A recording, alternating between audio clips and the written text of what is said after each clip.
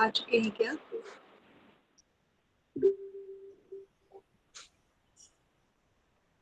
रुपेश झा जी आ चुके हैं क्या?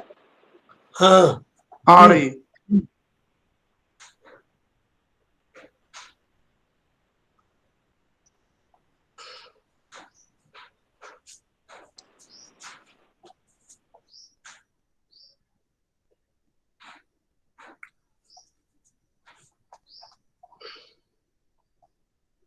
वॉइस क्लियर है? हाँ, वॉइस क्लियर है मेरी। आपकी आवाज स्पष्ट है। बिल्कुल बिल्कुल।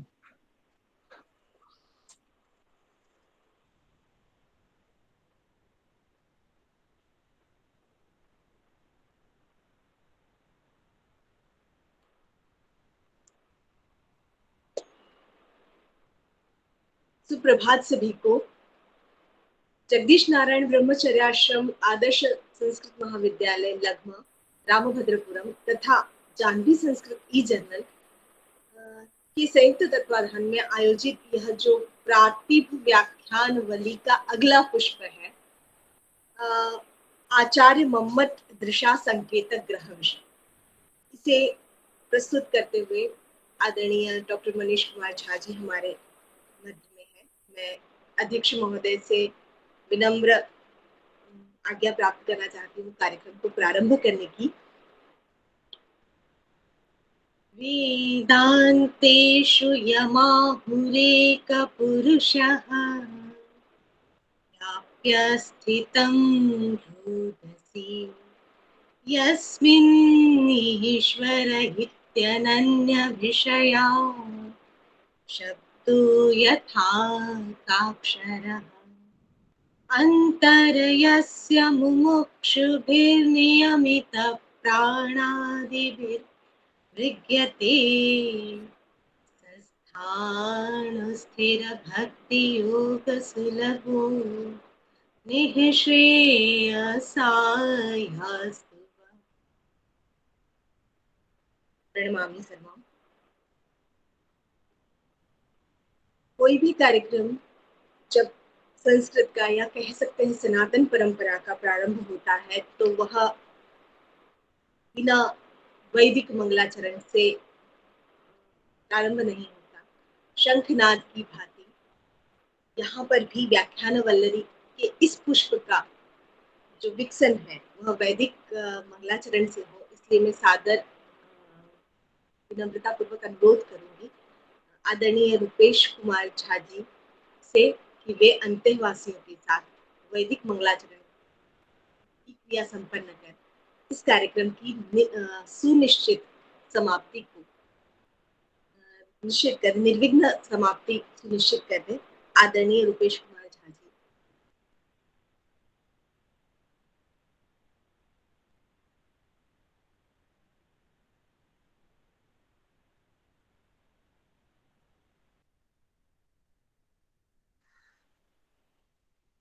रुपेश जी।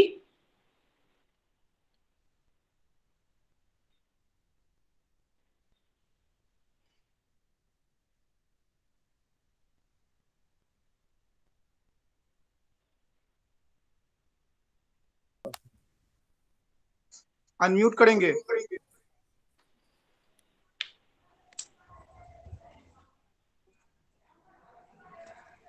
हेलो, आवाज आ रही है क्या? बिल्कुल बिल्कुल। उधर से आवाज नहीं आ रही है।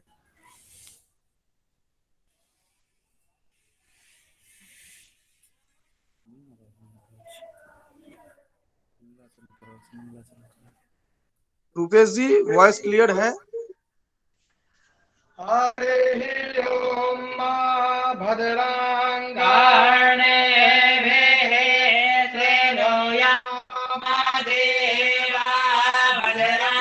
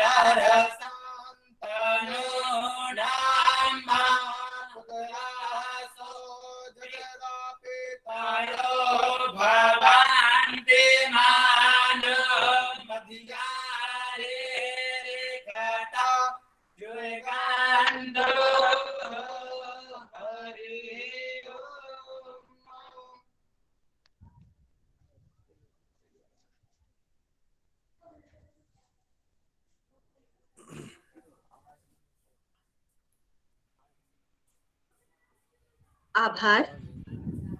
जैसा कि इस मंगल शासन में ही कहा था, भद्रं कर्णे शृणुयाम। जब हम किसी भी शब्द को सुनते हैं तो भद्रता पूर्वक हो, उसका अर्थ का अवगमन भी निर्भ्रांत रूप से, निर्दुष्ट तरीके से हमें हो, उसके लिए साहित्य शास्त्र में 3 तरह की शब्द शक्तियां बताई गई है, अभिधा, व्यंजना, अभिधा, लक्षणा और व्यंजना। परंतु प्रथम जो शक्ति होती है अभिधा, उसे ग्रहण करने के भी कई नियम होते हैं। शब्दों को भी कई सारे आयामों को, कई सारे उपादानों को प्राप्त करके अभिधा के अर्थ तक पहुंचना पड़ता है। वह क्या क्या हो सकते हैं, इसी विषय को लेकर आज प्रवृत्त चिंतन प्रस्तुत किया गया है। उसकी पूर्व पीठिका के लिए मैं सादर आमंत्रित करूंगी पुनः आदरणीय रूपेश जी को कि वह प्रास्ताविक के रूप में आज के विषय का उपस्थापन करें। आदरणीय रूपेश जी।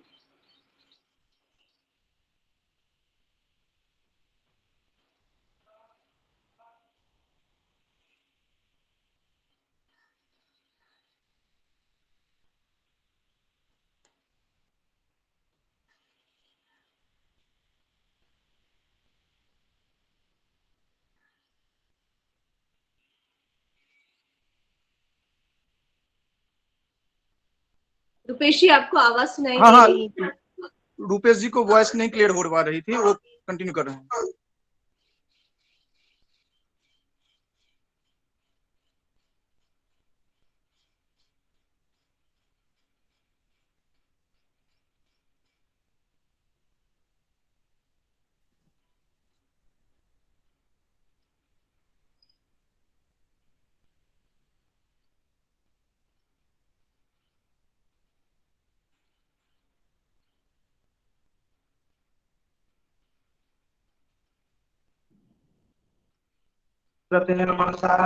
पश्यन्ति यं योगिनो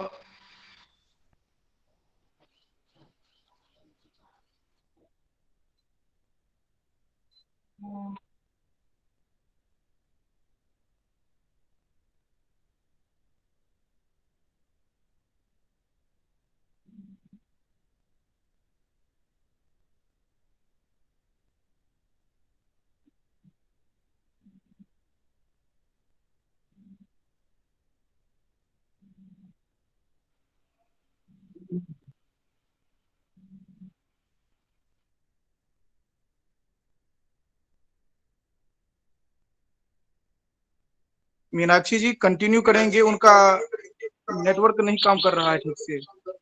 अच्छा, क्षमता। जैसे कि बताया कि अभिधा शब्द शक्ति तभी अपने अर्थों को ग्रहण करवाती है जब वो विविध आयामों से होकर गुजरती है। इन आयामों में परस्पर कई मंतव्य हैं, कई धारणाएं हैं, मीमांसा है, न्याय है, व्याकरण शास्त्र है। वह शब्दों का, निश्चित शब्दों के निश्चित अर्थ को ग्रहण करने के लिए कुछ मंतव्य देते हैं, कुछ धारणाएं प्रस्तुत करते हैं, अवधारणाएं प्रस्तुत करते हैं, जिनके आधार पर कोई भी शब्द निश्चित अर्थ को प्रदान करता है। वही संकेतक ग्रह कहलाता है। इसके माध्यम से संसार के समस्त पदार्थों के अर्थों को हम यथारूप ग्रहण करते हैं। परंतु यह संकेतक ग्रह किन किन कारकों से प्रभावित होते हैं, इन्हीं के बारे में विस्तृत जानकारी देने के लिए आज हम सभी एकत्र हुए हैं, जिसमें दिशा निर्देशक के रूप में मनीष कुमार झा जी हमारे साथ हैं। आदरणीय झा जी वर्तमान रूप में सहायक प्राध्यापक होने के साथ साथ विभागाध्यक्ष का भी भार ग्रहण किए हुए हैं। संस्कृत विभाग, मुंशी सिंह मोतिहारी महाविद्यालय का। इन्होंने अपनी अपना अध्ययन जो MA MPhil की उपाधि है वह जवाहरलाल नेहरू विश्वविद्यालय नई दिल्ली से प्राप्त की है। वर्तमान में वहीं पर शोधरत भी है। इनके शोध की दिशाएं जो होती है वो हमेशा साहित्य, व्याकरण और दर्शन से ओतप्रोत होती है। शास्त्री उपाधि के समय ये लब्ध स्वर्ण पदक रह चुके हैं। साथ ही कई सारी प्रतियोगिताओं में इन्होंने विशिष्ट स्थान प्राप्त किया जो संस्कृत भारती द्वारा आयोजित होती है। कई सारी उपलब्धियों के साथ इनका ज्ञान प्रशस्त है। हम अधिक व्यवधान न डालते हुए उन्हीं से अनुरोध करेंगे कि इस विषय पर वह प्रकाश डालें जिससे कि अभिधा का संपूर्ण स्वरूप हमारे और हमारे छात्रों के समक्ष स्पष्ट हो सके। आदरणीय मनीष कुमार झा जी।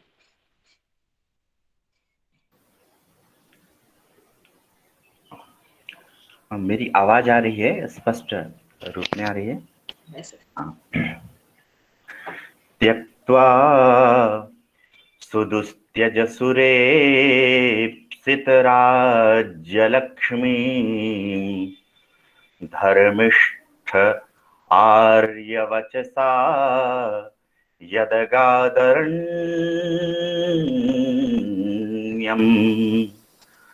मायामृगं दैत्यैप्सितमन्वधावत् वन्दे महापुरुषते चरणारविन्दम्।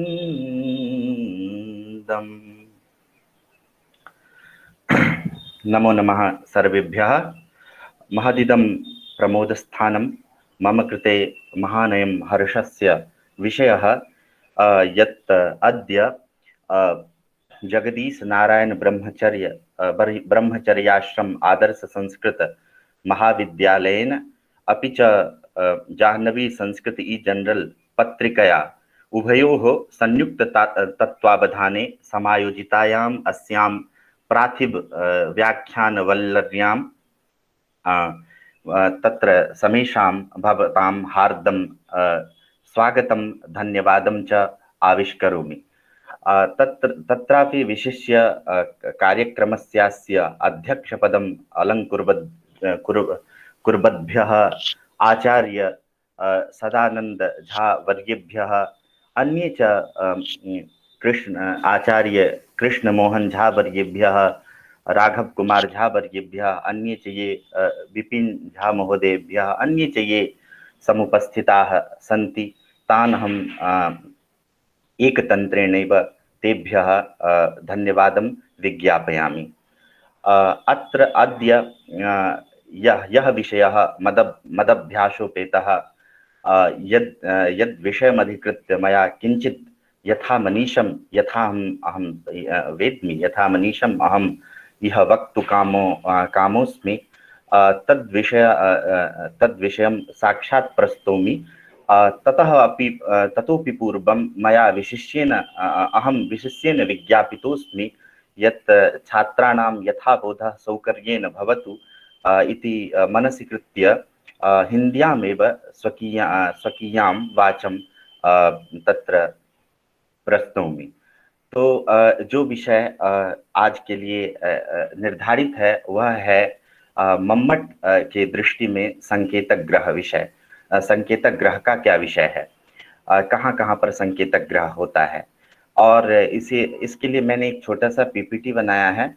सबसे पहले तो मैं यह बताना चाहूँगा कि काव्य प्रकाश के आलोक में संकेतक ग्रह कहाँ कहाँ पर होता है, इस विषय को लेकर के जितनी भी चर्चाएं की गई हैं, मेरा जो प्रतिपाद्य है वह कथ्य है, वह यही है। और उससे पहले जो है वह संकेतक ग्रह की थोड़ी सी भूमिका में मैं कुछ अपनी बात रखूंगा कि संकेतक ग्रह की जो है वह इतना आवश्यक क्यों हो जाता है, और इस विषय में जो है विभिन्न आचार्यों विभिन्न संप्रदायों का क्या जो है वह मत है, तो उसे मैं रखूंगा। और इसमें जो है वह संकेतक ग्रह से संबंधित काव्य प्रकाश का जो प्रतिपाद्य है वही है। लेकिन इससे पहले एक छोटा सा पीपीटी है, मैं अपना प्रेजेंटेशन के माध्यम से ही अपनी बात जो है वह रखूंगा। और चूंकि छात्रों के लिए ही यह कार्यक्रम है, तो यह प्रायः प्रतियोगी परीक्षाओं में भी या फिर अन्य जगहों पर भी संकेतक ग्रह विषय से प्रश्न पूछे जाते हैं। तो इसीलिए जो है वह आसानी से और अफेक्टिव प्रभावशालीता के साथ जो है विषय का प्रतिपादन हो, इसीलिए मैं अपना जो है वह स्क्रीन शेयर कर रहा हूं। आप लोग मुझे बताइएगा यदि स्क्रीन दिखाई दे रही है।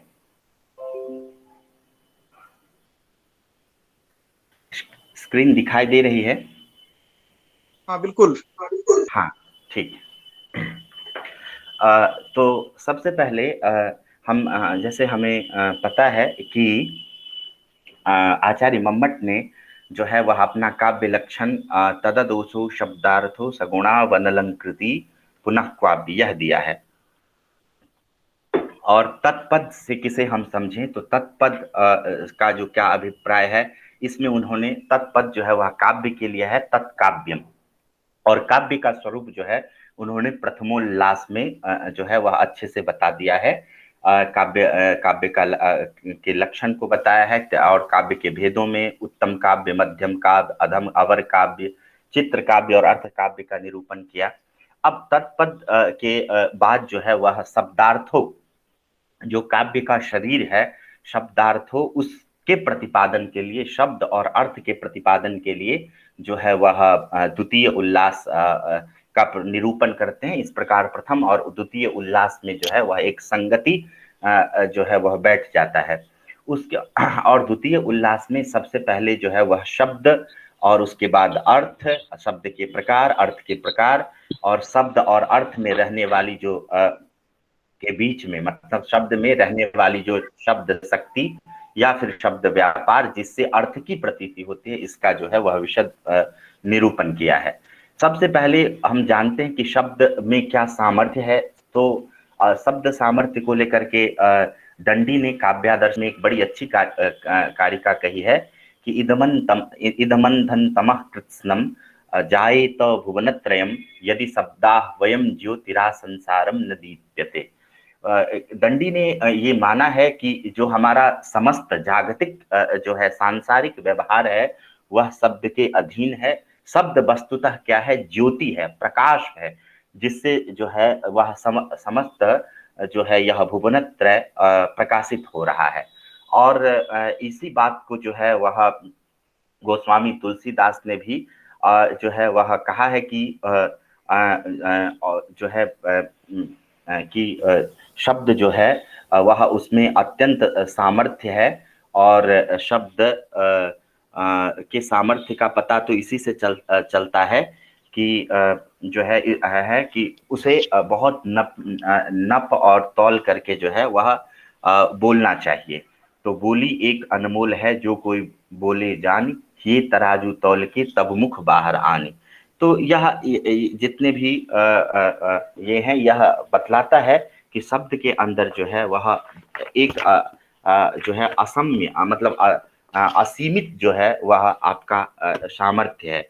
और उस सामर्थ्य के कारण ही जो है हमें शब्द का व्यवहार, यह केवल काव्य शास्त्रियों के लिए नहीं है, अपितु साधारण लोग भी जो शब्द का प्रयोग करें, वह अत्यंत उस शब्द का क्या क्या अर्थ है, क्या क्या उस शब्द में अर्थ को बतलाने की शक्ति है, इन सभी को ध्यान में रखकर जो है वह शब्द का प्रयोग करना चाहिए। तो इस प्रकार से जो है वह शब्द सामर्थ्य जो है वह अत्यंत स्पष्ट ही है। अब आगे जो है वह हम देखते हैं तो मम्मट ने शब्द को 3 रूपों में बांटा है, वाचक शब्द, लाक्षणिक शब्द और व्यंजक शब्द। वाचक शब्द से जो अर्थ निकल के आता है उसे वाच्यार्थ कहते हैं, और लाक्षणिक शब्द से जो अर्थ आता है वो लक्ष्यार्थ होता है, और व्यंजक शब्द से अर्थ जो है होता है वह व्यंजक शब्द व्यंग्य अर्थ होता है। लेकिन इन तीनों अर्थ को बतलाने के लिए शब्द में हमें 3 प्रकार की वृत्ति या 3 प्रकार के शब्द व्यापार को मानना पड़ता है। वह क्रमशः अभिधा, लक्षणा, व्यंजना। अभिधा को विधात्री, लक्षणा को अर्पिता, आरोपिता, या व्यंजना को और तीसरी शक्ति हमारी व्यंजना है। इसीलिए स्याद् वाचको लाक्षणिकः शब्दोत्र व्यंजकस्त्रधा अत्रेति काव्य, काव्य में 3 प्रकार के शब्द माने जाते हैं। इस प्रकार से जो है वह मम्मट ने अपनी बात रखी है।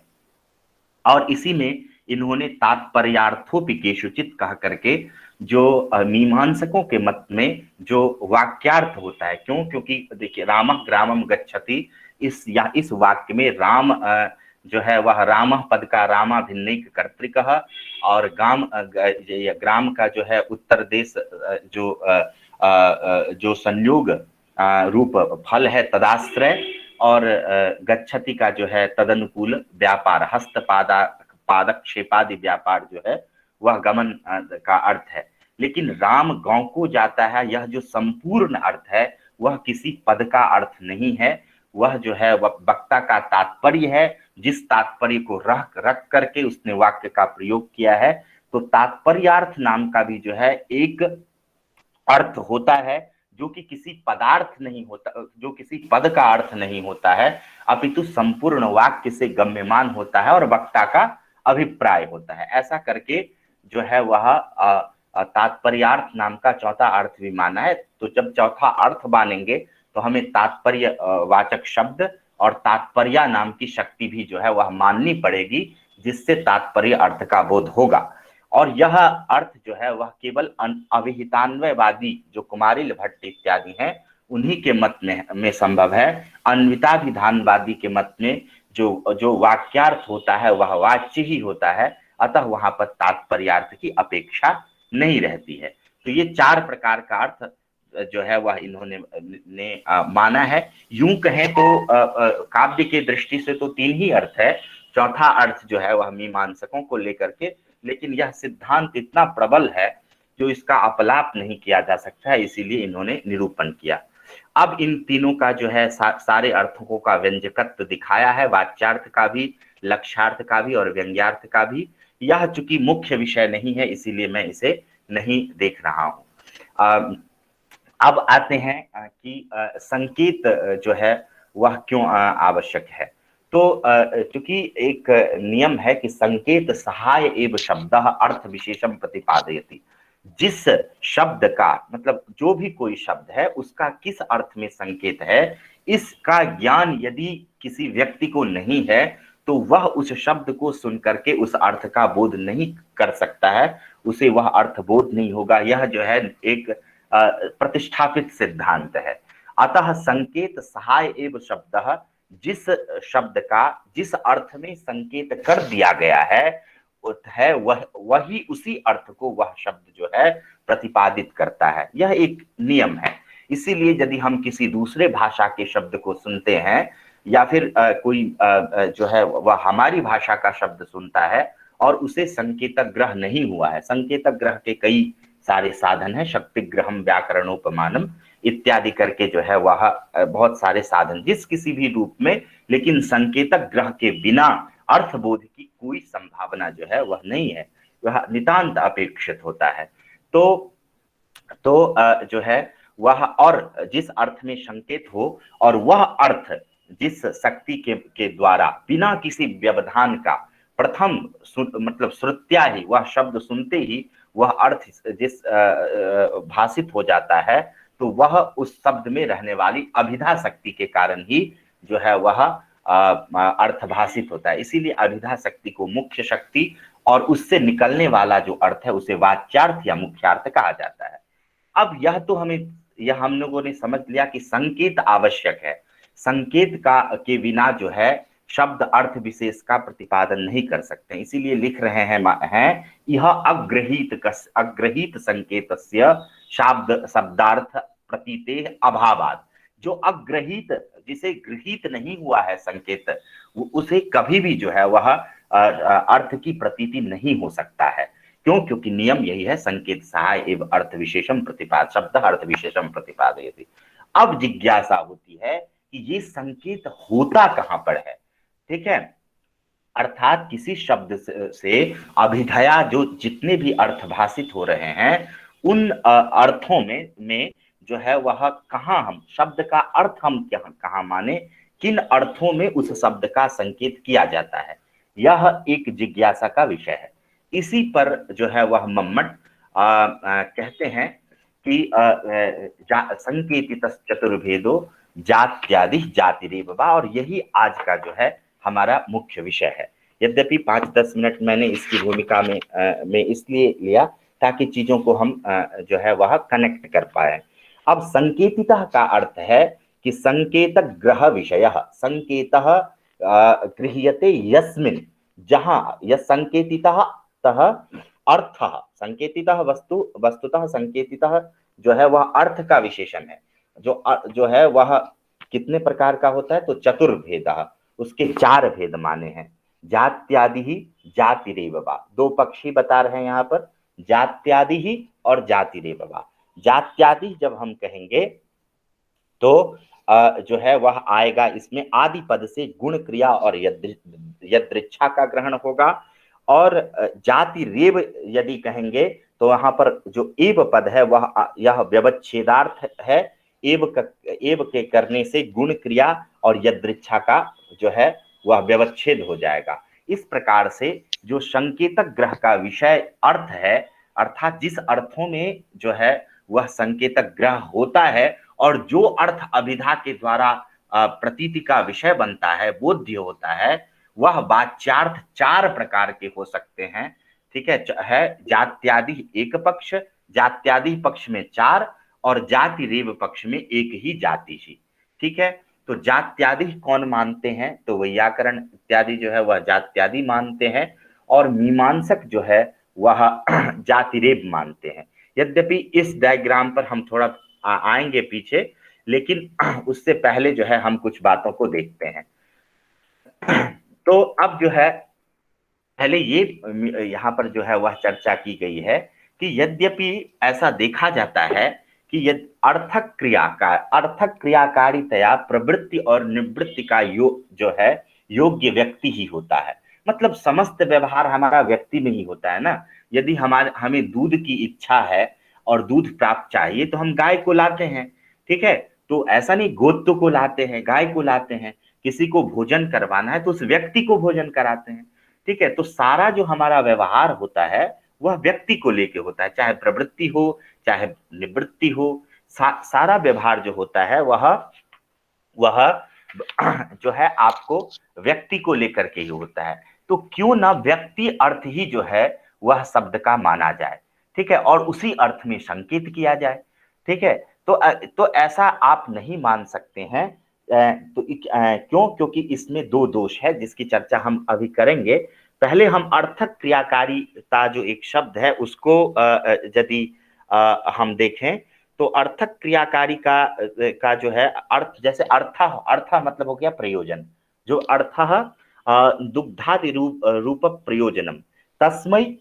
ठीक है, या क्रिया सा गो आनयनादि रूपा क्रिया तत्कारितया तन्निर्वाहकत्वेन व्यक्ति एव गो व्यक्ति एव गृह्यते। गो व्यक्ति का ही जो है वह ग्रहण होता है।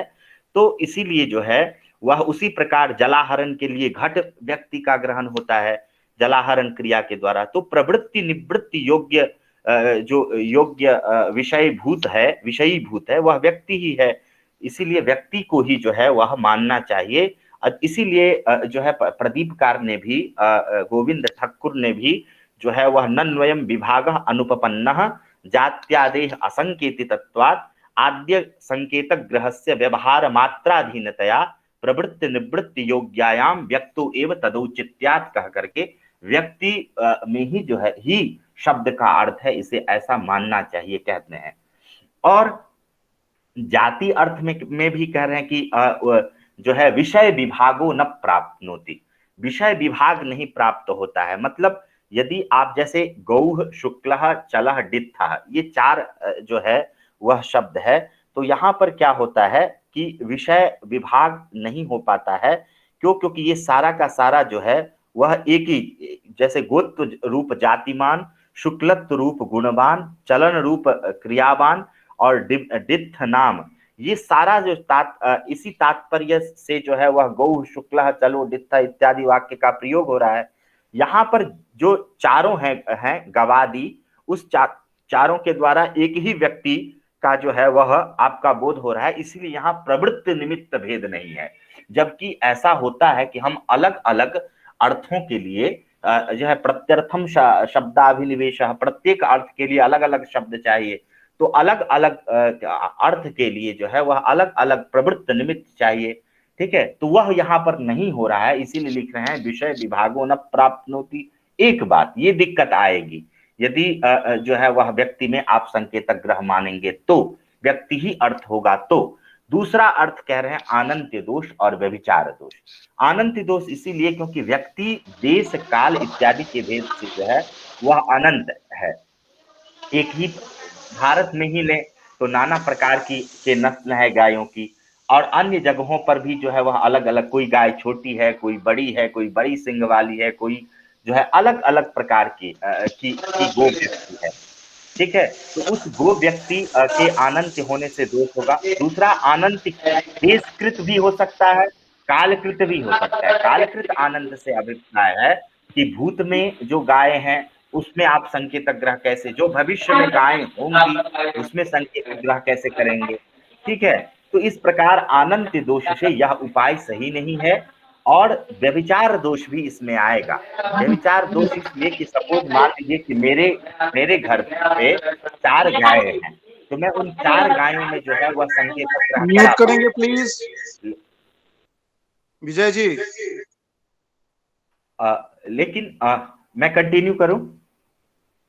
हाँ हाँ हाँ, और व्यभिचार दोष इसलिए है क्योंकि जो है आप संकेतक ग्रह कतिपय में ही करा पाएंगे, क्योंकि उसमें अनंत के कारण आप सब में तो करा नहीं पाएंगे।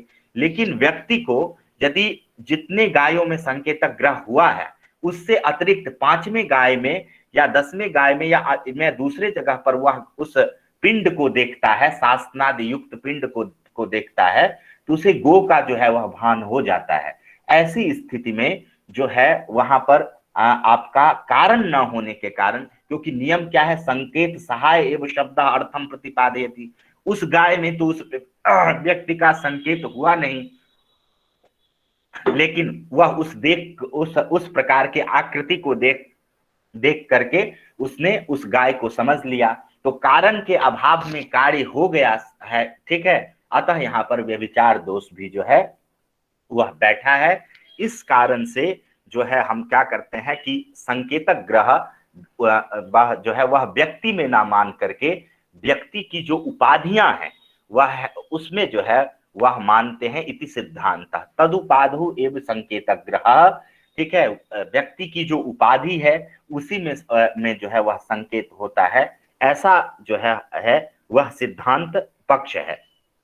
तो व्यक्ति की उपाधियां कितनी हैं, तो वह है जाति, उसके बाद गुण, क्रिया और यदृच्छा। ये इनको जो है वह व्यक्ति की उपाधि मानी गई है, और यही जो है आपका शब्द का अर्थ होता है। इसीलिए इन प्रत्येक अर्थों के लिए अलग अलग प्रकार का जो है वह शब्द का प्रयोग जो है वह आपका गौ, शुक्ल, चल, डित्था इत्यादि में किया गया है। अब उसके बाद जो है वह उपाधि को भी अलग अलग रूपों में बांटा गया है। ठीक, तो वह क्या है, तो कह रहे हैं कि पहले उपाधि को 2 भागों में बांटा गया है। एक तो है वस्तु धर्म, तो वस्तु अर्थात वस्तु धर्म का अभिप्राय है व्यक्ति धर्म। वस्तुनि व्यक्तौ समवेतः यह धर्म सवस्तु धर्म। व्यक्ति में रहने वाला, समवाय संबंध से रहने वाला जो धर्म है वह वस्तु धर्म कहलाता है। व्यक्ति में समवाय संबंध से क्या रहता है, तो गुण जो है वह समवाय संबंध से रहता है, क्रिया जो है वह समवाय संबंध से रहती है, जाति भी जो है वह समवाय संबंध से रहती है। तो गुण, क्रिया, जाति ये 3 तो चले गए वस्तु धर्म में, और एक जो है वह यदृच्छा सन्निवेशित है, जिसकी चर्चा हम आगे करेंगे। वह वक्ता के इच्छा के द्वारा आगे खुद स्पष्ट करेंगे। डित्थादि शब्दानाम अत्यंत अंत्य बुद्धि निर्ग्राह्यम संहितक क्रमम इत्यादि से जो है इस प्रकार का, मतलब हम यदि किसी का नाम रख देते हैं तो वह यदृच्छा सन्निवेशित जो है वह होता है। वस्तु धर्म को भी 2 भागों में बांटा गया है, सिद्ध और साध्य। ठीक, तो सिद्ध जो है वह आप सिद्ध में जो है वह उसी को प्राणप्रद कहा है। तत्राद्यो जातु, जाति ही जो वस्तु धर्म में पहला है वह है जाति, वही पदार्थ का प्राणप्रद है। प्राण का क्या अभिप्राय है? प्राणनम प्राणः व्यवहार योग्यता, अर्थात उसी को लेकर के जो है वह उस शब्द का व्यवहार किया जाता है। उस शब्द में रहने वाला जो जाति है उसी जाति को लेकर के ही जो है वही उस शब्द का प्रवृत्त निमित्त है। ठीक है, तो व्यवहार योग्यता, और व्यवहार योग्यता हो गया आपका प्राण, और तत्प्रदः, तत्प्रदः का है, प्राणप्रदः का है, तत्प्रदः मतलब तन निर्वाहकः। ठीक है, तो प्राण का निर्वाहक, व्यवहार योग्यता का जो निर्वाहक है वह गो में गोत्व है, अतः गोत्व जो है वह आपका सिद्ध रूप वस्तु धर्म हुआ। और दूसरा, चूंकि हमने पहले कहा कि सिद्ध का दो विभाग है, सिद्ध और सिद्ध का दो, एक है प्राणप्रद और दूसरा है पदार्थ का विशेषाधान हेतु। वह विशेषाधान जो है वह इसका है विशेष, विशेष का जो अभिप्राय है वह है सजातीयेभ्यो व्यावर्तनम। जैसे गोत्व जाति, गुण क्या होता है? जैसे हम कह दें कि काली गाय, तो गाय कहने से तो जितनी भी गाय हैं सबका बोध होगा, लेकिन जब काली गाय कहते हैं तो सजातीय अर्थात गायों में, क्योंकि सजाती इसीलिए कह रहे हैं कि गोत्व, काली गाय कहने पर ये नहीं है कि मनुष्य का व्यावर्तन होगा, व्यावर्तन गायों में ही होगा। अतः सजातीय गोत्व विशिष्ट जितनी भी गायें हैं उसमें जैसे जो है कुछ गायों का व्यावर्तन हो जाएगा। इसीलिए विशेष शब्द का विशेषाधान, विशेष का आधान करने का कारण होता है। विशेष का अर्थ होता है सजातीयेभ्यो व्यावर्तनम, सजातीय से में जो है वह अलग करने का काम है जो है वह करता है गुण। और इसीलिए लिख रहे हैं कि लब्ध सत्ताकम जो है, लब्ध सत्ताकम वस्तु विशिष्यते। लब्ध सत्ताकम का जो अर्थ है वह है जात्या प्राप्त व्यवहार योग्यताकम, अर्थात जाति के माध्यम से जिसका व्यवहार की योग्यता जिसमें है, ऐसे जो वस्तु है, इसी को लब्ध सत्ताकम वस्तु कहा गया है। उस वस्तु में विशेषता, उसे व्यावर्तन, सजातीय व्यावर्तन का काम जो है वह गुण का है। और इसकी जो है वह यद्यपि लक्षण जो है वह सत्वे भी निविशते इस रूप में जो है वो तो गुणवचनात् में सूत्र के प्रसंग में किया गया है, लेकिन सामान्य रूप से लब्ध सत्ताकम वस्तु येन विशिष्यते सगुणः, ठीक है, वह गुण होता है। यह तो विशेषाधान हेतु हुआ। और तीसरा जो होता है वह साध्य होता है, जिसमें पूर्वा परिभाव, जैसे कि जो पाकक क्रिया है उस पाकक क्रिया में जो है क्रमिका, क्रमिक जो अवयव है, एक देश है, जैसे अधिश्रयण जो है आदि, उस सब को, चूंकि उसमें क्या होता है, खाना बनाने में क्या करते हैं, पहले तो ईंधन लाते हैं, फिर आग जलाते हैं, फिर उस पर जो है वह बर्तन देते हैं, फिर पानी देते हैं, फिर चावल देते हैं, फिर उसमें जो है वह पाकक क्रिया, ओदन का में पाकक क्रिया जो है वह होती है। तो इसमें जो है यह वस्तुतः पाकक क्रिया व्यापार का एक संकुल है, एक समुदाय है, समूह है।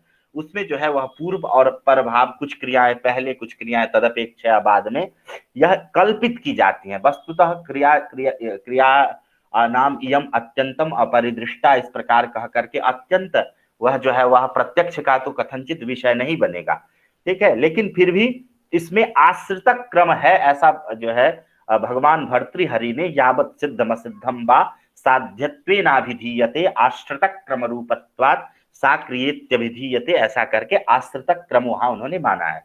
तो साध्य का मतलब है पूर्वापरि जो भाव जिसमें है वह साध्य है, वह क्रिया जो है वह साध्य का मतलब होता है उत्पाद्यमान, मानत्वम नाम साध्यत्वम। अब डित्थादि में जो है वह कैसे करेंगे, तो कह रहे हैं कि डित्थादि शब्दानाम अत्यंतम, डित्थादि शब्द जो है एक नियम है कि जो योग्य मतलब विभू विशेष गुण है वह उनमें क्या होता है कि वह प्रथम क्षण में उत्पत्ति होती है और फिर उसका जो है द्वितीय क्षण में स्थिति और उसके बाद नाश हो जाता है। जैसे हमने गौः कहा, तो जब हम औकार का उच्चारण करेंगे और विसर्ग तक जाएंगे तो उसका जो है वह गकार वह चला जाता है। फिर उसका फिर जब चला जाता है तो फिर गाय अर्थ का बोध कैसे होता है, तो बता रहे हैं कि यह अर्थ जो है वह यह अर्थ बोध होता है, क्योंकि वह संस्कार जो है वह जो संस्कार है वह आगे तक भी जो है वह जाता है। इसीलिए जो है इस प्रकार से जो है वह माना है कि जो संहृतक क्रम रूप, जहां पर जो है वह वर्ण संहृत हो जाता है, समाप्त हो जाता है, और अंत बुद्धि निर्ग्राह्य, अंत्य बुद्धि निर्ग्राह्य से कह करके जो है कहीं ना कहीं पदस्फोट रूप जो शब्द है आपका, और उसे वक्ता जिस अर्थ में सन्निवेशित करता है, आरोप करता है, जिस अर्थ में कि यह शब्द इस अर्थ का बोधक हो, तो इस रूप में वक्ता की इच्छा से जो जिस अर्थ का आपका बोध होता है वह अर्थ जो है वह इसमें माना जा, शब्द का जो है वह अर्थ माना जाता है, और वही जो है वह सन्निवेशित अर्थ आपका होता है।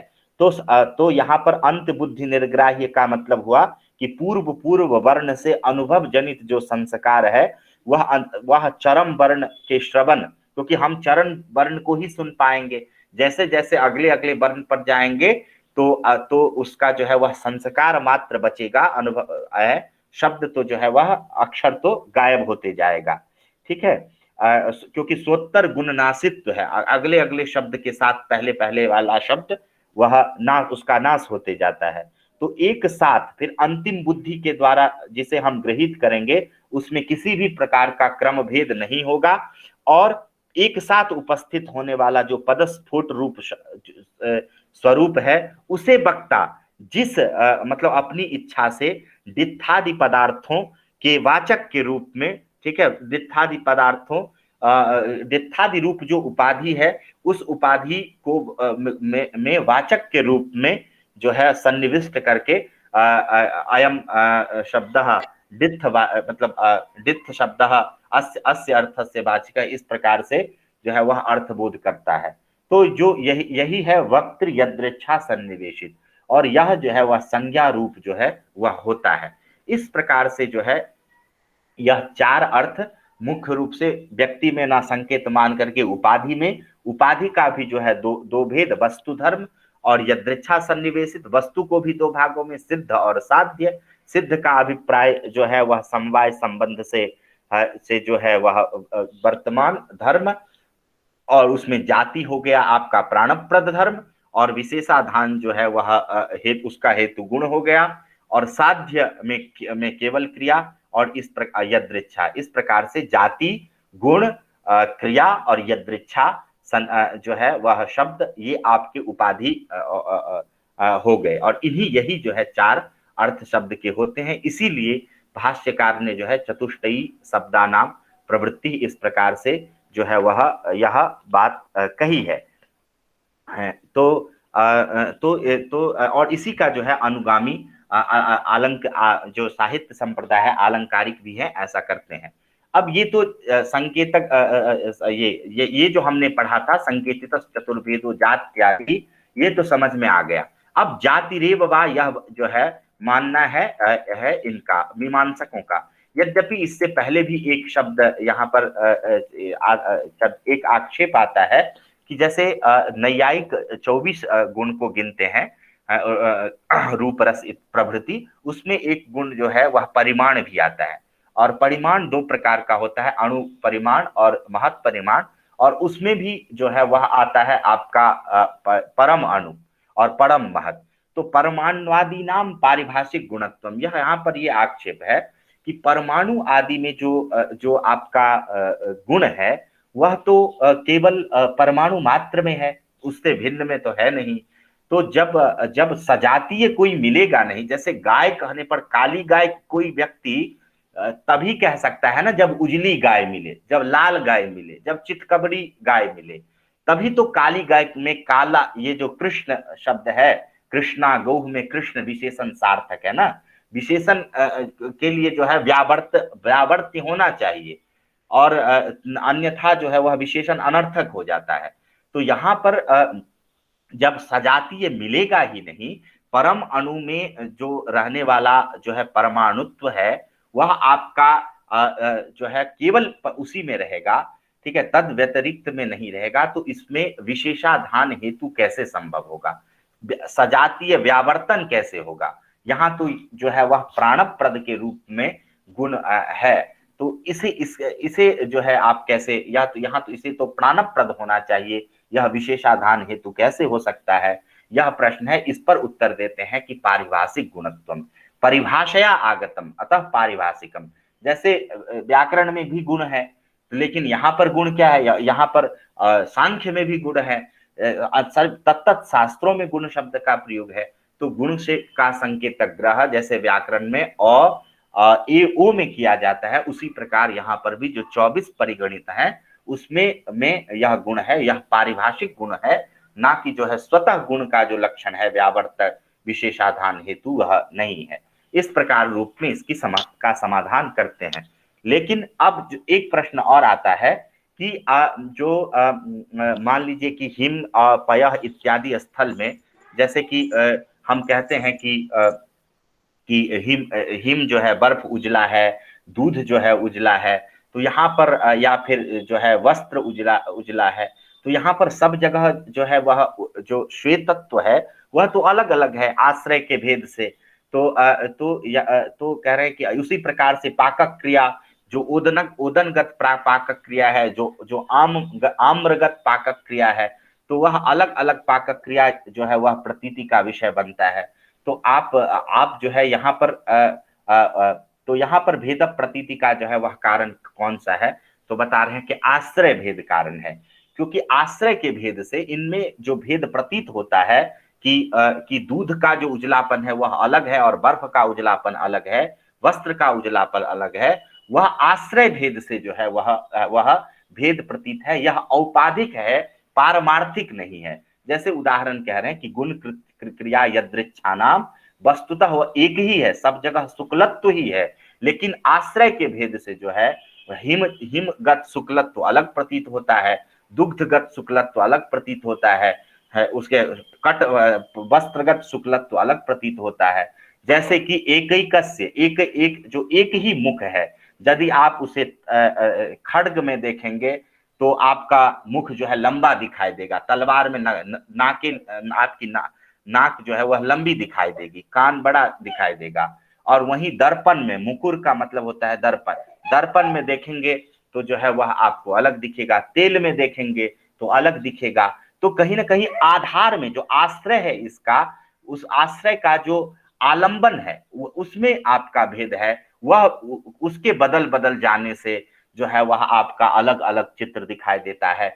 बिंब वही है, प्रतिबिंब में भेद का कारण आश्रय है। अतः सब जगह शुक्लत्व एक ही है, आश्रय भेद के कारण ही अलग अलग होता है। अब थोड़ा देखते हैं कि जात्यर्थ में, जाति अर्थ में मानने वाले जो संकेत मानने वाले मीमांसक हैं, वह कहते हैं कि नहीं, जो आपने में जाति के अतिरिक्त 3 और मानते हैं उसमें आप संकेतक ग्रह नहीं मानिए, केवल जाति अर्थ में ही संकेतक ग्रह मानने से जो है कोई दिक्कत नहीं होगी। क्यों? क्योंकि आप जो हिम पय शंख इत्यादि में सब में परमार्थतः रूप में जो उजलापन है, सब में जो है अयम शुक्ल इस प्रकार से जो भान हो रहा है, उस अभिधान का और जो है का जो कारण है वह शुक्लत्व है, और शुक्लत्व जो है वह आपका सामान्य है, और सामान्य को ही जातिर्जातम च सामान्यम, ऐसा अमरकोशकार ने कहा है। उसी प्रकार जो है इसीलिए जाति ही अर्थ जो है वह शब्द का हमें मानना चाहिए। परमार्थतः का मतलब है भिन्नेषु, इदम शुक्लम, इदम शुक्लतरम, इदम शुक्लतमम इत्यादि जो अलग अलग आपका प्रतीति हो रहा है, उस प्रत्यय हो रहा है, ज्ञान हो रहा है, उसमें इसमें जो सामान्य है वह आपका शुक्लत्व जाति ही है।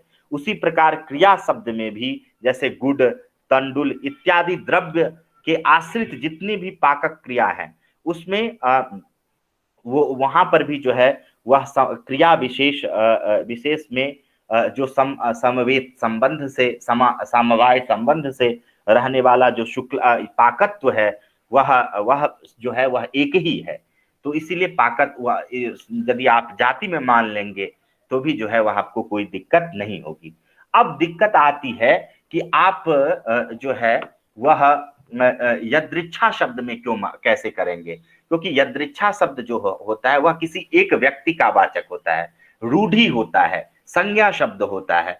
तब वहां पर जो है वह जाति, क्योंकि जाति का लक्षण है नित्यत्वे सति अनेक संवेतत्वम, और यदृच्छा शब्द यदि एक व्यक्ति का वाचक है तो उसमें अनेक संवेतत्व उत्पन्न कैसे होगा?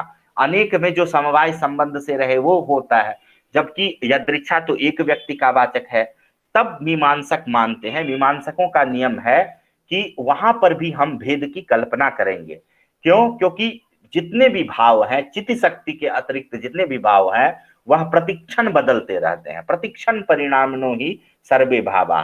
तो हम यहाँ पर जो है वह व्यक्ति के भेद से शब्दों में और प्रतिक्षण जो है उसके अर्थ में, प्रतिक्षण जो है वह आपका जो है वह परिवर्तन हो रहा है, और प्रतिक्षण जो है उसमें होने वाले वृद्धि ह्रास, इस आधार पर एक ही व्यक्ति में व्यक्ति भेद की कल्पना की जाती है और उसे अनेक मान करके वहां पर अनुगत प्रतीति कराने वाला जो डित्थत्व इत्यादि है उसे सामान्य के रूप में जो है वह मानने पर कोई जो है वह आपको दिक्कत जो है वह नहीं है।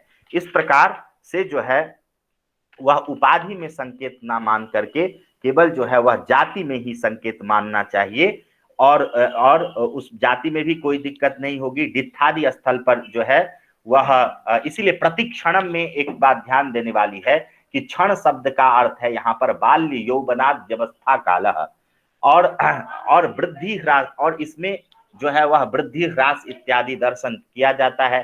काल भेद में आप जो है वह स्थौल्य, कोई व्यक्ति कभी स्थूल कभी कृष्ण हो सकता है, इन सब भेदों को लेकर के जो है वहां पर हम दित्थत्व को सामान्य मान करके जो है वह हम कार्य चला सकते हैं। अतः जाति अर्थ ही में मानना चाहिए।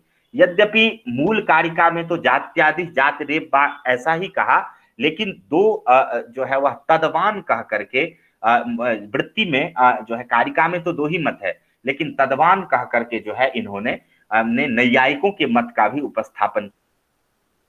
या तदवान का मतलब जाति, जातिमान, जातिमान जाति विशिष्ट व्यक्ति, यह जो है आपका आप इसमें जो है वह नैयायिक मानते हैं। नैयायिक ऐसा इसलिए मानते हैं क्योंकि यदि आप जाति अर्थ में जो है यदि केवल संकेतक ग्रह मानेंगे तो अविनाभाव संबंध से मीमांसकों के मत में यही दिक्कत है, उनको सब जगह आक्षेप करना पड़ेगा।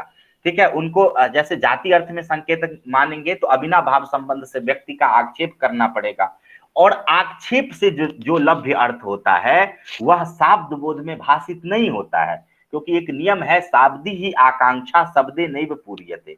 शब्द से जन्य जो आकांक्षा है वह शब्द के द्वारा, अर्थात उस यदि हम नैयायिकों के यहाँ भी जो है जैसे रामः गच्छति में जो है वह व्यापार मुख्य विशेषक शाब्द बोध ना माने, ठीक है, कृति मुख्य विशेषक ही शाब्द बोध माने, लेकिन तद विशिष्ट व्यक्ति यह तो अर्थ करते नहीं है।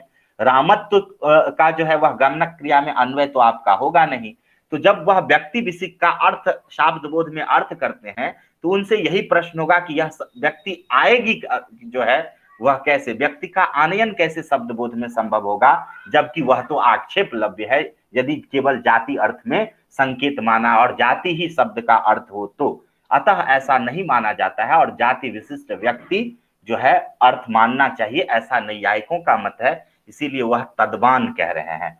अपोह शब्द जो है वह बौद्धों का मानना है, क्योंकि बौद्धों के यहाँ क्षण जो है वह क्षण बाद मतलब क्षण भंग बाद है, प्रत्येक क्षण में जो है वह वस्तु नष्ट होते रहता है, तो ऐसे स्थिति में जो है वह सब कुछ क्षणिक है बौद्धों के यहाँ, तो सामान्य जैसे या जाति जैसे पदार्थ की तो कल्पना हो ही नहीं सकती। अतः वहां पर जैसे घटों के बीच में अनुगत प्रतीति का जो कारण है जिसे सब लोग सामान्य कहते हैं उसे बौद्ध लोग अपूह कहते हैं, और उसका लक्षण जो है वह आपको करते हैं अतद व्यावृत्ति तद भिन्न भिन्नत्व, अर्थात घट भिन्न भिन्नत्व। जैसे प्रत्येक घट का हमें संकेत कराना होगा तो हम घट के पास जाके कहेंगे तद भिन्न भिन्नत्व, घट से भिन्न बाकी घट या बाकी संसार उससे भिन्न यह घट।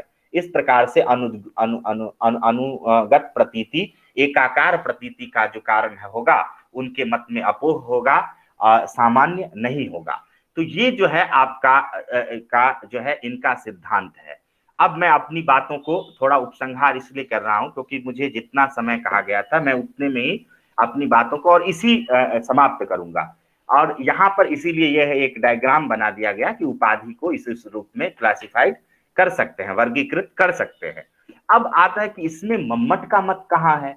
मम्मट, जबकि आप कह रहे हैं तो मम्मट जो है वह किस मत को मानते हैं, इस पक्ष में थोड़ा सुबोधनी में विचार आया है। ऐसा ये है कि मम्मट का या आलंकारिकों का जितना भी मत है उसमें व्याकरण शास्त्र का की उपादेयता अत्यंत ज्यादा है। और यह तो स्पष्ट है, चतुष्टयी शब्दानाम प्रवृत्ति ही, जो जाति को मान करके, गौ क्रिया रूप अर्थ को मान करके, चलह और शुक्लह यह गुण रूप अर्थ मान करके, ऐसा चार प्रकारों का जो 4 प्रकार का शब्द जो महाभाष्यकार ने प्रयोग किया है, उससे तो स्पष्ट हो जाता है कि महाभाष्यकार उपाधि में जो है वह संकेतक ग्रह व्यक्ति में ना मान करके, क्योंकि व्यक्ति के पक्ष में 4 शब्द जो है प्रयोग होगा कैसे, क्योंकि चारों का जो से बोध्य व्यक्ति तो जो है वह आपका एक ही है, तो इसीलिए इस अर्थ में आप संकेतक ग्रह मान नहीं सकते हैं। तो जो है वह ये तो वैयाकरणों का है। लेकिन वैयाकरणों के पक्ष को यह भी मानते हैं तो क्योंकि इन्होंने किसी के मत का खंडन नहीं किया। इनकी एक और जो पुस्तक है शब्द व्यापार विचार, उसमें इन्होंने जो है, चूंकि मीमांसकों के मत का खंडन करते हैं, अतः जाति पक्ष को तो मान नहीं सकते हैं। दूसरी बात जो है, हमें यह कैसे पता चलता है कि यह इन्हीं के अर्थ को मानते हैं, तो सबसे बड़ा प्रमाण है दशम उल्लास में विरोधालंकार का जो है, जब ये विरोधालंकार का भेद करते हैं तो वहां पर एक पकारिका आती है, यही जो है वह बीज है कि मम्मट जो है वह जात्यादि में मानते हैं संकेतक ग्रह, क्योंकि जाति ही उन्होंने 10 कैसे भेद किया है वो देखिए। जातिस चतुर्भिः जात्याद्यैः विरुद्धाः स्याद् गुणस्त्रिभिः क्रियाद्वाभ्याम और द्रव्यम द्रव्येण, ये 10 कैसे किया। जाति का भेद किया है तो 4 जो है जात्यादि का किया है, तो जाति आदि से चारों का होगा तो 4 हो गया। फिर उसके बाद किया है आपका स्याद गुण से जो है वह 3 किया है तो 7, क्रिया से क्रिया का भेद करके 2 9 और द्रव्य से द्रव्य का। तो ये कैसे संभव होगा। विरोधालंकार का 10 भेद जो इन्होंने किया है वही यह प्रमाण है कि यह वैयाकरणों के ही मत को मानते हैं।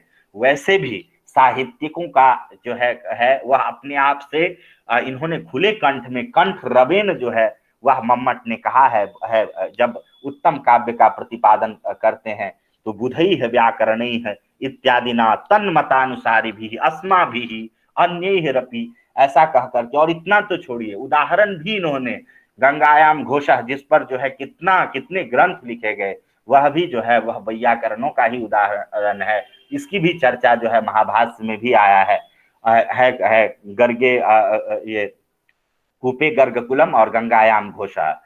तो इस प्रकार से खुद जो है इनके वचन से पता चलता है, और आगे अपने शब्द व्यापार में जात्यादि पक्ष के खंडन से पता चलता है कि आलंकारिकों को भी जो है वह उपाधि में ही संकेत अभिष्ट है। और दूसरी बात, अंतिम बात मेरे आज के वक्तव्य की कि जो है वह जो व्याकरण के प्रमेय है वह इसको इतना, चाहे वह वचन है, विभक्ति है, निपात है, उपसर्ग है, समास है, पद प्रत्यय है, सब जो है वह रसादि के प्रतीति में महान उपकारक है। चाहे वह वक्रोक्ति हो, चाहे औचित्य हो, चाहे ध्वन्यालोक हैं, सब ने जो है वह शब्द शास्त्र के बिना जो है को अपना एक उपजीव्य माना है, आधार माना है। इस आधार पर हम कह सकते हैं कि मम्मट का भी जो है वह संकेतक ग्रह का जो विषय है वही जात्यादि है। बस इसी के साथ मैं अपनी वाणी को जितनी भी मेरी मति थी, जितना भी मेरा समझ था, मैंने अपनी बात को आप लोगों के सामने रखा। बहुत बहुत आभार आपका। इस विद्वत्तापूर्ण वर्णन के बाद कुछ कहना अतिक्रमण होगा अपनी सीमा का। बहुत ही सहजतया आपने संकेतक ग्रह के समक्ष पक्षों को यहाँ पर उपस्थापित किया। आभार। आप इस श्रृंखला का जो अगला क्रम है वह आभार प्रदर्शन है, क्योंकि विद्या का ज्ञान निरर्थक नहीं जाता, अवस्था नहीं जाता। तो यह जो ज्ञान यहाँ प्रदान किया गया है, ईश्वर करे आप इसके कई गुना फल को शीघ्र ही प्राप्त करेंगे। इसी क्रम में आभार प्रदर्शन हेतु मैं आदरणीय राघव कुमार झा जी को, जो कि महाविद्यालय के साहित्य सादर आमंत्रित करती हूँ। ये आए, प्रश्न देख लेंगे।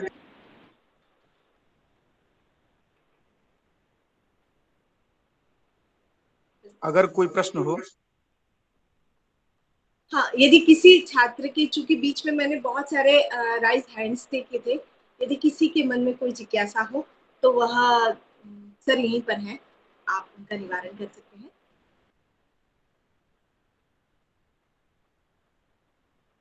किसी के मन में कोई प्रश्न हो तो।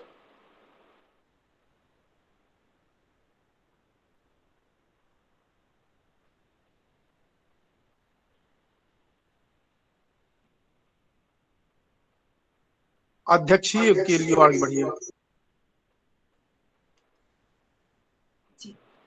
तत्पश्चात अध्यक्षीय उद्बोधन हेतु मैं सादर आमंत्रित करती हूँ महाविद्यालय के प्राचार्य, सम्माननीय प्राचार्य, जो विद्या की परंपरा को अनवरत रखने के लिए तन मन धन से प्रस्तुत हैं, आदरणीय डॉक्टर सदानंद झा जी।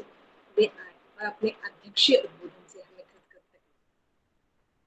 स्तौमि त्वां विश्ववन्द्ये मम खलु रसनां मा कदाचित् त्यजेथा मा मे बुद्धिर्विरुद्धा भवतु न च मनो जातु मे देवि पापं मा मे दुःखं कदाचित् विपदि च समये प्यस्तु मे नाकुलत्वं शास्त्रे वादे कवित्वे प्रसरतु मम धीर मास्तु कुंठा कदाचित्। मान्या सुरभारती समुपासका विद्वांसः प्रेयांसः छात्राश्च प्रति शनिवासरवदेवाद्यापि प्रातिव्याख्यान वल्लरी समायोजिता वर्तते। वस्तुतः इयं प्रातिव्याख्यान वल्लरी समेषां छात्राणां ज्ञानवर्धनाय विदुषाम् उपकाराय भवति। वादे वादे जायते तत्त्वबोधः।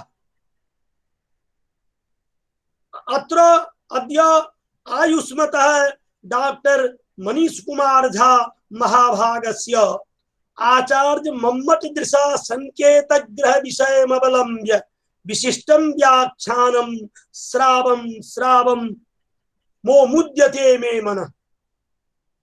यदि एतादृक्षाणां जूनां विदुषां मनारतं विशिष्ट व्याख्यानं स्यात् तर्हि अवश्यमेव महाविद्यालयस्थाः छात्राः लाभान्विताः भविष्यन्ति। सौभाग्यवशादेव कोरोना रोगाक्रान्तेऽपि समयेऽपि मदीया शताधिकाः छात्राः महाविद्यालये गुरुकुले निवसन्तः स्व शास्त्रे अध्ययनं कुर्वन्ति। विरल एव विश्वविद्यालय महाविद्यालय यत्र शताधिकाः छात्राः अधुना अध्ययनं कुर्वन्ति इति महत् सौभाग्यमिदं वर्तते। अतः अन्ते अन्ते अंतर्जालीय माध्यमेन व्याख्यानकर्तॄणाम् आचार्याणाम् आयोजकानां सकल शास्त्र निष्णातानां समुपस्थितानां विदुषां समेषां छात्राणां दीर्घायुष्ट बलपुष्टि नैरुज्य प्राप्ति कामाय भगवन्तं पार्वती जानीं सांजलिं प्रार्थये। बहुत बहुत आभार आदरणीय। अगली श्रृंखला में धन्यवाद ज्ञापन हेतु मैं सादर आमंत्रित करती हूँ डॉक्टर राघव कुमार झा जी को, जो साहित्य विभागाध्यक्ष भी हैं महाविद्यालय लगमा के। आदरणीय राघव जी। दक्षिणे लक्ष्मणो यस्य वामे च जनकात्मजा पुरतो मारुतिर्यस्य तं वन्दे रघुनन्दनं। परमादरणीयाः प्राचार्याः, सम्माननीयाः मुख्यवक्तारः, आदरणीयाः सहभागिनः, संचालिका, अन्ये समुपस्थिताः संस्कृतानुरागिनश्च। भवन्तः जानन्त्येव यद् भारते समग्रेऽपि भारते विश्वस्मिन् वा लगमा महाविद्यालयस्य संस्कृतप्रचाराय प्रसाराय कीदृशं योगदानं वर्तते इत्यस्मिन् विषये किमपि कथनेन कोऽपि लाभः न भविष्यति, यतो हि तस्य विषये सर्वे जानन्त्येव। अत्र मिथिलायां संस्कृति विकासाय लगमा महाविद्यालयः एव एतादृशः वर्तते, जः खलु समग्रेऽपि मिथिला प्रदेशे कर्मकाण्डादि यानी संस्कृति संरक्षणार्थं तत्परः वर्तते लगमा महाविद्यालयः। संस्कृत विकासाय किं किं कुर्वन्ति तत्तु भवन्तः जानन्ति एव। मध्ये किञ्चित् विघ्नकारणात् महाविद्यालयस्य या गतिः आसीत् सा तु वृद्धा जाता। पुनः यदारभ्य प्राचार्याः अस्माकं गुरुवर्याः डॉक्टर सदानंद झा महाशयाः समागताः, तदारभ्य पुनः महाविद्यालयः संस्कृतस्य प्रचाराय प्रसाराय संस्कृतेश्च विकासाय सदा अहर्निशं तत्र संलग्नाः दृश्यन्ते। मध्ये कोरोना लॉकडाउन इति कारणात् अवरुद्धा आसीत्। पुनश्च वर्चुअल माध्यमेन एतस्य कार्यक्रमस्य प्रारम्भः जातः इति हर्षस्य विषयः वर्तते। अत्र कार्यक्रमः यः भवति तत्र विपिन कुमार महामहोदयानां तु किं कथयति, सः तु आधारः एव वर्तते, तस्य आधारेण एव सर्वं भवति। सञ्चालिका या वर्तते सापि प्रशंसनीया श्लाघनीया वर्तते।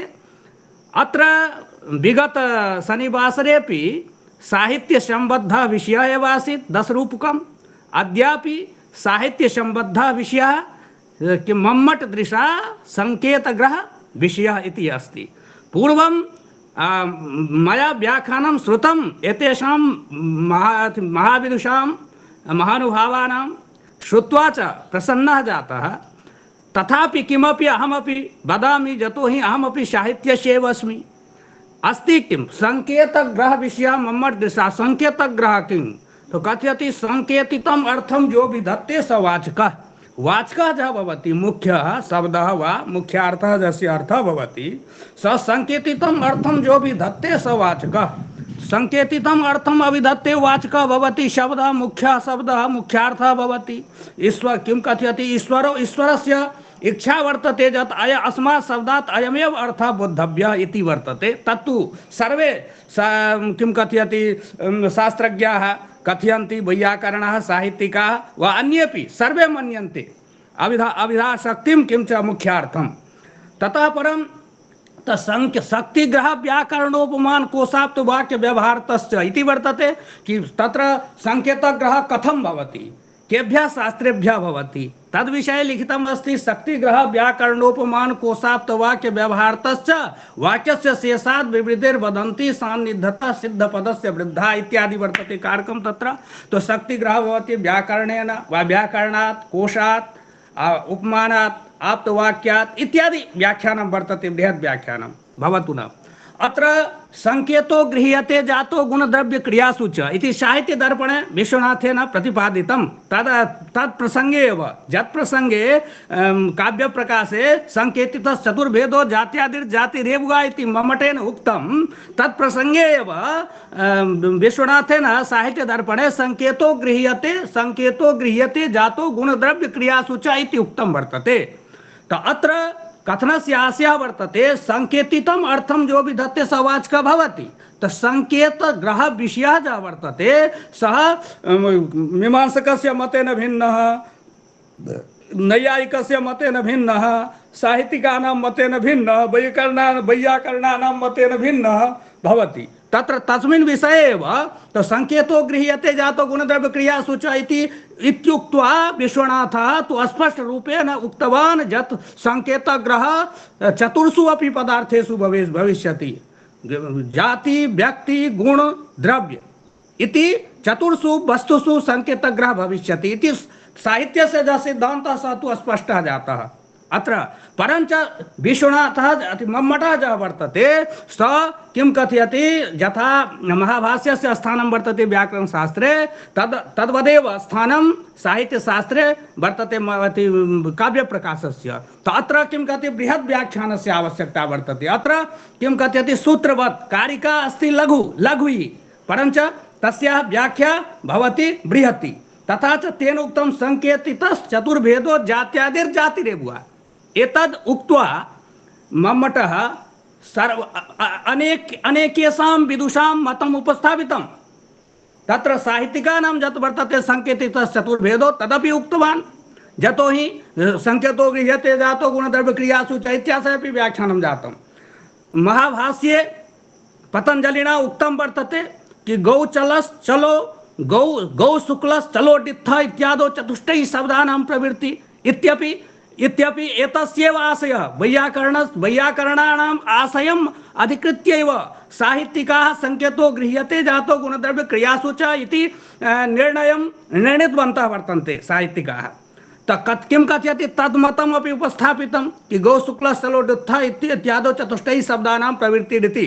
पुनः कथयति संकेतितः चतुर्भेदो तो भवति एव जातिरेव वा। संकेतितः चतुर्भेदो जात्यादिर्जातिरेव वा। तो जात्यादि जातिपदेन जाति इत्यस्य ग्रहणम् आदिपदेन गुणद्रव्य क्रियाणां च ग्रहणं भवति।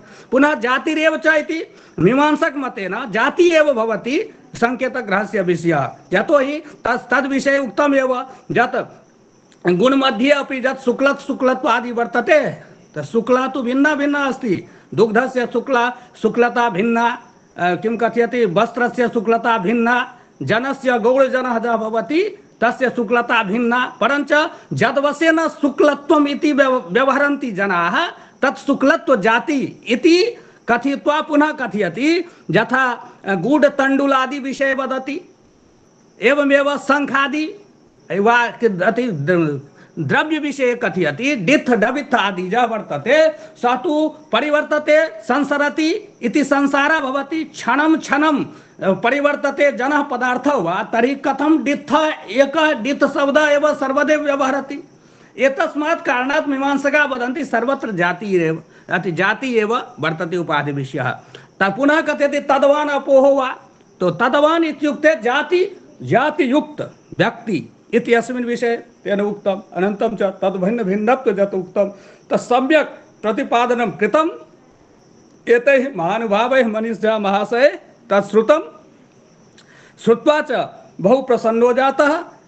यतो हि जनः यः किमपि जानाति तदेव यदि अन्यस्मात् कस्मात् अपि शृणोति तर्हि इतोपि प्रसन्नः भवति कि यत् अहं यत् जानामि तत् समीचीनं वर्तते इति मम दृढ़ विश्वासः जातः कि अहं यत् जानामि तत् समीचीनमेव वर्तते। तथा च विपिन कुमारस्य किं कथयति सञ्चालिका या वर्तते मीनाक्षी महोदया मनीष झा महाशया जे अद्यतनीया मुख्य वक्तारः आसन् अथ प्राचार्याः जे अस्माकं सन्ति ते तु सन्ति एव महाविद्यालयस्य विकासाय किं कथयति संस्कृतस्य प्रचाराय प्रसाराय बद्धपरिकराः। और अन्ये च जे अत्र कार्यक्रमे भागं गृह्णन्ति ते सर्वदा धन्यवादार्हाः सन्ति। न केवलम् अद्य अस्मिन् कार्यक्रमे भागं गृहीतवन्तः एतदर्थं धन्यवादाः सन्ति। अपि तु ते जे अस्माकं महाविद्यालयस्य सर्वाणि कार्यक्रमाणि सर्वान् कार्यक्रमान् पश्यन्ति समर्थयन्ति च ते सदैव सर्वदैव धन्यवादार्हाः सन्ति। तेभ्यः तेषां कृते तेभ्यः वा सदा सर्वदा धन्यवादं दद्मः। यत् एवमेव संस्कृतविकासाय संस्कृतप्रचाराय अस्माकं महाविद्यालयस्य विकासाय एवमेव कार्यक्रमाः भविष्यन्ति एव। तेषु कार्यक्रमेषु भागं गृहीत्वा अस्माकं महाविद्यालयस्य शोभां वर्धयन्तु। एतद् उक्त्वा पुनः अन्ते च सर्वेभ्यः धन्यवादं दत्त्वा विरमामि, प्रणमामि च। बहुत बहुत धन्यवाद राघव जी। धन्यवाद प्रस्तुत करने की कला भी अभिनव है आपकी। आपके लिए भी विशेष धन्यवाद। जो सारभूत में सारे व्याख्यान को प्रस्तुत करते हुए कहा जाता है, उससे एक बार द्विबद्धम सुबद्धम भवति यह चरितार्थ होता है। वाणी और उसके सभी प्रकार, चाहे वो परा हो, पश्यंती हो, मध्यमा हो, वैखरी हो, स्तुत्य है। कहा गया है ज्योतिर्मयी त्वमेका व्याप्नोषि सर्वसत्वम तत्त्वं न विद्यते यस्मिन् विभासि न त्वं ऋतसत्यशेवधिस्त्वं प्रोत्फुल्ल पद्महारे कृपया निभालयास्मान् तृप्ते घनांधकारे। तो यह सारा संसार अंधकार में ही व्याप्त हो जाए, यह शब्द की वाणी न आए, चाहे वह हमारे वक्ताओं की हो, चाहे हमारे सदस्यों की हो, चाहे हमारे आचार्यों की हो, चाहे मिथिला परंपरा की ओजस्वी वाणी हो, वो हमेशा विजयी हो। इसी शुभ कामना के साथ शांति मंत्र। धन्यवाद सभी को पुनश्च समवेत रूपेण।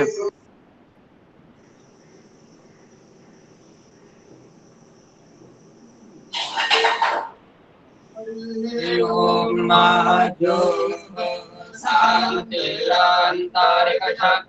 शांतिः पृथ्वी शांतिरापः शांतिः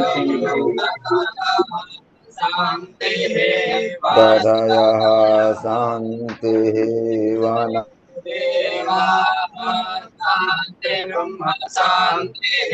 सर्वदयः शान्तिर्विश्वे देवाः शान्तिर्ब्रह्म शान्तिर्मा शान्तिरेधि।